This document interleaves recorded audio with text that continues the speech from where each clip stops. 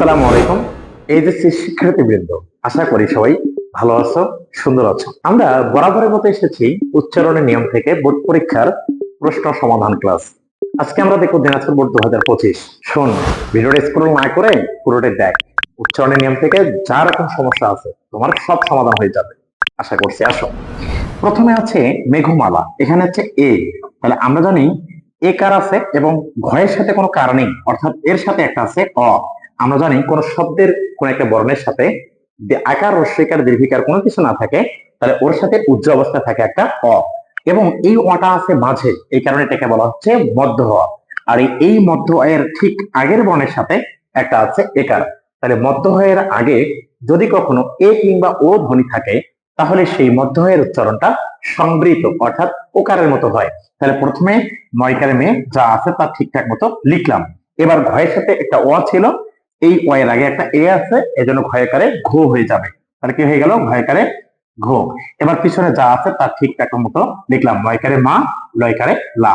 এবার দেব আশ্চর্য। আশ্চর্য শব্দের শুদ্ধ উচ্চারণ কি হবে? প্রথমে আ আছে, আ ঠিক মতো দিলাম। এবার তালব্যস্যের সাথে যুক্ত অবস্থায় আছে। আমরা জানি তালব্যস্য, মূর্ধন্যস্য এবং দন্তস্য যদি কখনো সিঙ্গেল অবস্থায় থাকে, তাহলে উচ্চারিত হবে তালব্যস্য। এখন তালব্যস্যের সাথে যুক্ত অবস্থায় আছে, উচ্চারণ লেখার সময় যুক্ত বর্ণগুলোকে ভেঙে লিখতে হয়। তাহলে আমরা আগে কি করব? আগে একটা তালব্যস্য লিখবো, এবার চ লিখবো। এবার এই যুক্ত বর্ণের সাথে যদি, যেহেতু কোনো আকার অস্বীকার কিছু ছিল না, এই জন্য পিছনেরটার সাথে অটোমেটিক হয়ে যাবে ওকার। যদি এখানে আকার থাকতো, চয়ের সাথে আকার দিতাম, যদি রস্বইকার থাকতো রস্বইকার দিতাম। যেহেতু কোনো কার নেই, এই জন্য পিছনেরটা হয়ে গেছে ওকার। এবার আছে এখানে রেপ। আমরা জানি রেপ থাকলে উচ্চারিত হয় রয়ের মতো। আর আছে অন্তস্থীয় জ, হবে কি? বর্গীয় জ। এবার এখানে বর্ণ ছিল একটি, একটি বর্ণ থেকে এখানে বর্ণ পাইছি দুইটি। যদি এর সাথে আকার থাকতো, জয়ের সাথে আকার দিতাম, যেহেতু এর সাথে কোনো কার নেই, এই জন্য পিছনেরটা হয়ে যাবে অটোমেটিক ওকার। এখানে স্বাধীন বর্ণ কয়টি আছে? মনে রাখতে হবে, উচ্চারণ লেখার সময় যদি কোনো বর্ণের সাথে কার না থাকে, আকার রস্বইকার এই সমস্ত কোনো কিছু না থাকে, তাহলে সেটাকে বলা হয় স্বাধীন বর্ণ।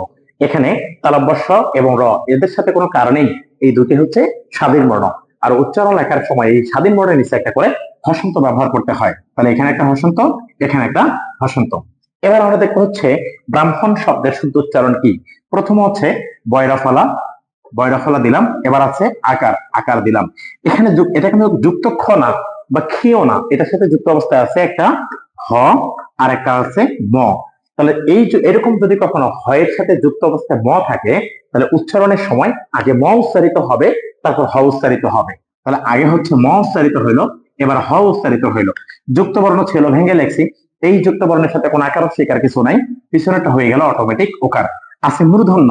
আমরা জানি উচ্চারণ লেখার সময় কখনোই মূর্ধন্য বসানো যাবে না, হবে দন্তন্য। এখানে স্বাধীন বর্ণ আছে দুটি, হসন্ত হবে দুই জায়গায়। এবার আমরা দেখবো হচ্ছে বিশ্বাস। প্রথম যা আছে তার ঠিকঠাক মতো লিখলাম। এখানে আছে তালব্যস্য, উচ্চারণে হবে তালব্যস্য। আমরা জানি বফলা যদি কখনো শব্দের মাঝে থাকে, তাহলে যেই বর্ণের সাথে বফলা থাকবে সেই বর্ণটা দ্বিতীয় উচ্চারিত হবে। তালব্যস্য নিব কয়বার? দুইবার। একবার নিছি আর একবার নিলাম। এবার আকার আছে, আকার দিলাম। আছে দন্তস্য, উচ্চারিত হবে তালব্যস্য। এখানে স্বাধীন বর্ণ আছে দুটি, হসন্ত হবে দুই জায়গায়। এবার দেখো হচ্ছে কল্যাণ। এই কয়ের সাথে কোনো কারণেই আছে একটা অ, উজ্জ অবস্থা কে আছে অ। এই অ এর ঠিক পরের বর্ণের সাথে আছে জফলা। তাহলে অ এর পরে যদি কখনো জফলা থাকে, তাহলে সেই অ এর উচ্চারণটা ওকারের মতো হয়। অটা ছিল কয়ের সাথে, ওকারটা হবে কয়ের সাথে, কয়কারে কো। লয়ের সাথে জফলা, আমরা জানি শব্দের মাঝে যদি কখনো জফলা থাকে, তাহলে যেই বর্ণের সাথে জফলা থাকবে ওই বর্ণটা দুইবার উচ্চারিত হবে। ল হবে কয়বার? দুইবার। একবার আর একবার। এবার আকার আছে, আকার দিব। আছে মূর্ধন্য, হবে দন্তন্য। স্বাধীন বর্ণ দুটি, হসন্ত হবে দুই জায়গায়। এবার দেখবো নবান্ন। এই নয়ের সাথে একটা অ ছিল, কিন্তু এই অ এর পরে রস্বইকার দীর্ঘিকার কোনো কিছু নাই, এই কারণে এই নয়ের উচ্চারণটা ওকার হবে না। তাহলে ন ছিল, নয় হবে। এবার পিছনে যা কিছু আছে তা ঠিকঠাক মতো দিলাম। এখানে নয় ন আছে যুক্ত অবস্থায়। আমরা জানি উচ্চারণ লেখার সময় যুক্ত বর্ণকে ভেঙে লিখতে হয়, তাহলে আমরা ভেঙে লিখলাম ন এবং হচ্ছে কে ন। তাহলে যেহেতু এই যুক্ত বর্ণের সাথে কোনো আকার অস্বীকার কিছু নাই, এই জন্য পিছনেটা হয়ে যাবে অটোমেটিক ওকার। স্বাধীন বর্ণ একটা, এই জন্য হসন্ত হবে এক জায়গায়। এখানে মতি শব্দে ময়ের সাথে কোনো কার নেই, তার মানে এর সাথে আছে একটা অ। এই অ এর পরে আছে একটা রস্বইকার। তাহলে অ এর পরে যদি কখনো রস্বইকার থাকে, অ এর উচ্চারণটা হয়ে যায় ওকারের মতো। অটা ছিল ময়ের সাথে, ওকারটা হবে ময়ের সাথে, ময়কারে মো, শিকারে তি মতি, এই শব্দে কোনো স্বাধীন বর্ণ নেই, এজন্য হসন্ত হবে না। এখানে রক্ত, রয়ের সাথে একটা অ আছে, অ এর পরে কোনো রস্বইকার দীর্ঘিকার কোনো কিছু নাই, ওকার হওয়ার কোনো সুযোগ নাই, তাহলে র যা ছিল তার ঠিক মতো লিখবো।